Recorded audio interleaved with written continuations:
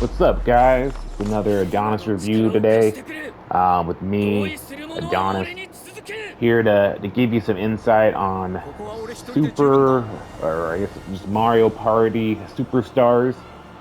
This is the newer of the Mario Party games. If you haven't played this, the last Mario Party game that came out was back in 18. Um, and perhaps you haven't thought of getting this game yet because the previous Mario Party rubbed you the wrong way, because I know it did. Personally, for me, when the Super Mario Party came out in 18, I was super hyped, excited to kind of see all the classic games and new, beautiful, crispy, high definition, looking gorgeous. New maps and new characters and everything. And they did add a lot of new content, a little different modes to Mario Party. But overall, I hated it. I hated the Mario Party. And I think the simplest way to say why I didn't like the 2018 Mario Party game is because of like the turns of the dice rolls, yeah, you have like special dice that you can use that can get you maybe a 10 or something. But man, most dice have risk with it, so you could only use the normal dice, which went to 6, and it just felt so slow paced. I mean, I remember I had a game one time where I literally moved like fucking 3 steps, the first 5 turns, because I kept using a dice that, paid you coins or deducted coins or something. And so I literally moved nowhere. Like, it was just brutal. So I was never really a fan of that Mario Party. It really put a bad, flavor in my mouth. And and so when the new Mario Party came out, I was kind of, not super hyped when it came to getting it. It was kind of a passing fancy. And I decided to give it a try, and I'm happy I did. I put, over 50 hours into it so far, and that's pretty impressive compared to, there's no story really. It's just you playing the game with friends and family, which is harder to kind of do nowadays than you might think. And in reality, but it's great. They basically have a special map, 5 different maps for 5 different games. And each map has completely different, game modes, basically completely different perks and different strategies. Not one map's the same, and that sometimes works against it. There's definitely maps like the Peaches Cake map, which I just would rather not play ever. I hate the way it's kind of set up. It's very small, but it still gives you diversity, which is nice. I feel like this game, above all, is great to play with friends and family. Nothing's gonna make you wanna kill everyone in your family, or kill every one of your friends in this game. Because so much of it's based off luck. So it really puts that fear in your heart. But it allows you to play anywhere from 10 games to 10 rounds to 20 rounds. So it could go anywhere from like 45 minutes to 2 hours.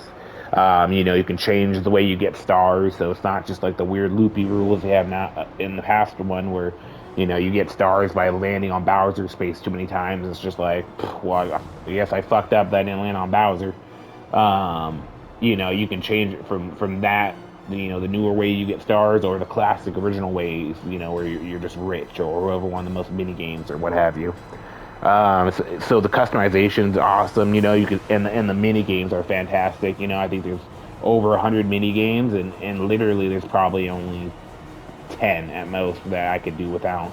I feel like a lot of the games are simple but still challenging. Where I literally, when you first play, especially like I feel like the other one, these games, the games felt like they were for kids. Something very simple to beat. Where it's like there's no challenge, this is very minimal effort. But these ones truly have, I feel like, a bar where it's like, yeah, they're simplistic, but you can easily, lose and lose by that inch, and by just not being good enough in the simplest ways, not being able to hold your balance, not pressing the buttons quick enough, or what have you. So the diversity in the games are great. The maps are great. It's great seeing these maps in new high definition. The timing, having a short to a long game is perfect. It's great that they allow you to kind of have that flexibility, and especially have the flexibility of picking. You know, uh, you could pick what if you only want to mess with games or mini games that are from this game or that one. I like to spread it all. I never really messed with that, but it's definitely a good game to have. And if it's a something that they fixed with the old one, which was too long, is the first one, which so many missed opportunities with the 2018 Mario Party. They had like no way to online play with your friends. Like it was there's no DLC, there was no nothing. They have updated that in the 2018 Mario Party, where you can now play online with your friends. They made it increasingly difficult to play with strangers, though. You have to like create a party, and it's the only way to do it. And they found hacks to do it, to allow you to play with strangers, or a community kind of built one where if you all press like 111 in the community room, it's kind of like the generic code to create like a join in on an online party. But anyways, it's very difficult. They dropped the ball in so many ways with their 2018 Mario Party, and this one they fixed that, right? So their online play, you can play with your friends online, you can play with people at your house, you can play with people with multiple switches. It's all there, and it's fantastic. And honestly, I mean, if they can fix the final errors, like if they added DLC, every few months, adding a new map with 5 more mini games or 10 more mini games, 10 mini games, one new map, and do that 4 times. I mean, I'd pay for it. I think the game's fantastic. I think it's worth the money to buy it. I think you'll have a lot of fun playing with friends and family. Even if you don't have friends or family to play with, I play online all the time. Every once in a while, every day or other day, when I'm just laying in bed, I'll grab my Switch, I'll lay down, and I'll just play online with people on the handheld Switch version. So it's fantastic. I definitely recommend getting it.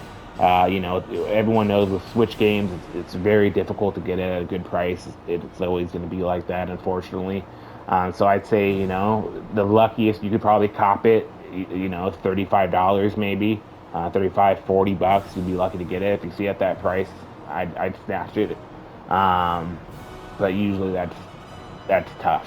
Honestly, if you 50, $60, you get to pay full price for it, I feel like it would be worth it. And I feel like you should get your hands on it. So if you're wondering, if you dislike the previous Mario Party that came out in 18, and that's held you back from getting this new Mario Party, I'd rethink it. I'd get Mario Party if you're a fan of the past one, or you're just looking for a great game to play with, friends and family. It'll do it for you. And if they keep adding stuff to it, like I said, add DLC and fix those errors from the past, the missed opportunity they had before, it'll only be that much better of an investment if that happens. So, hope that helps. I think it's a good buy for you. If you need a wiggle the tiggle, just let me know. So it's just a little jiggle away. Bye, guys.